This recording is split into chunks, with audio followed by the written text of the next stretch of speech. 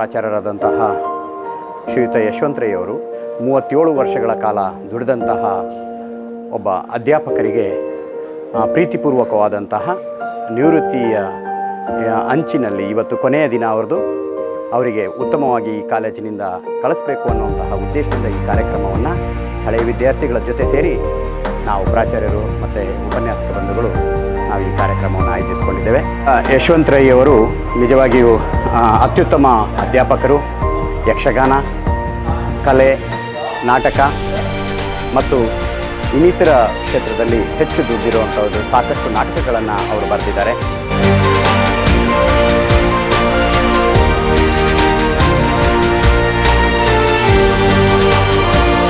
ನಮ್ಮ ಗುರುಗಳು ಸಹಸ್ರಾರು ವಿದ್ಯಾರ್ಥಿಗಳ ಬಾಳಿಗೆ ದಾರಿದೀಪವಾದವರು. ನಮ್ಮ ಎಲ್ಲರ ಬದುಕಿಗೆ ಅರ್ಥ ನೀಡುವಲ್ಲಿ ಇವರ ಒಂದು ಬೋಧನೆ ಮತ್ತು ಜ್ಞಾನ ನೀಡುವಿಕೆ ಫಲಪ್ರದವಾದುದು ಅಂತ ಹೇಳಲಿಕ್ಕೆ ಸಂತೋಷ ಪಡ್ತಾ ಇದ್ದೇನೆ.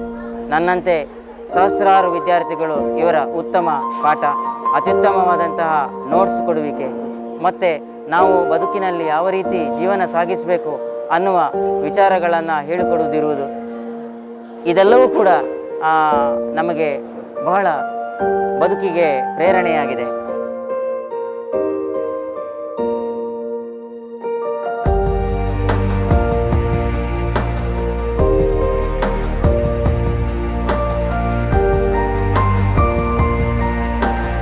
ನನ್ನ ಗುರುಗಳು, ಮಾರ್ಗದರ್ಶಕರು, ಹಿರಿಯರಾದಂಥ ಇವರು ಈ ದಿನ ಸೇವಾ ನಿವೃತ್ತಿಯನ್ನು ಪಡೆಯುತ್ತಿದ್ದಾರೆ.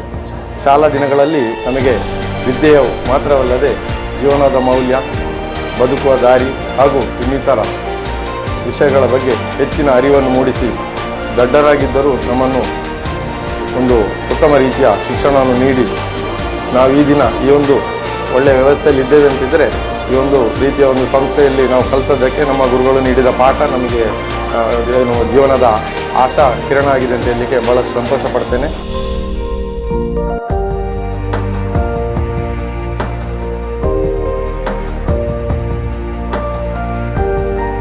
ನಾನು ಶ್ರೀ ಸುಬ್ರಹ್ಮಣ್ಯೇಶ್ವರ ಪದವಿ ಪೂರ್ವ ಕಾಲೇಜು ಸುಬ್ರಹ್ಮಣ್ಯ ಇಲ್ಲಿಗೆ 11/8/1988 ನಾನು ವಿಜ್ಞಾನ ಪದವೀಧರ ಶಿಕ್ಷಕನಾಗಿ ಇಲ್ಲಿ ಕೆಲಸಕ್ಕೆ ಸೇರ್ಪಡೆಗೊಂಡಿದ್ದೇನೆ. ನಿಜವಾಗಿಯೂ ಕೂಡ ಒಬ್ಬ ಅಧ್ಯಾಪಕನಾದದ್ದು ಸಾರ್ಥಕ ಆಯಿತು ಎಂಬಂತಹ ಸಾರ್ಥಕೀಯ ಭಾವನೆ ನನ್ನ ಮನಸ್ಸಿನಲ್ಲಿ ಇದೆ.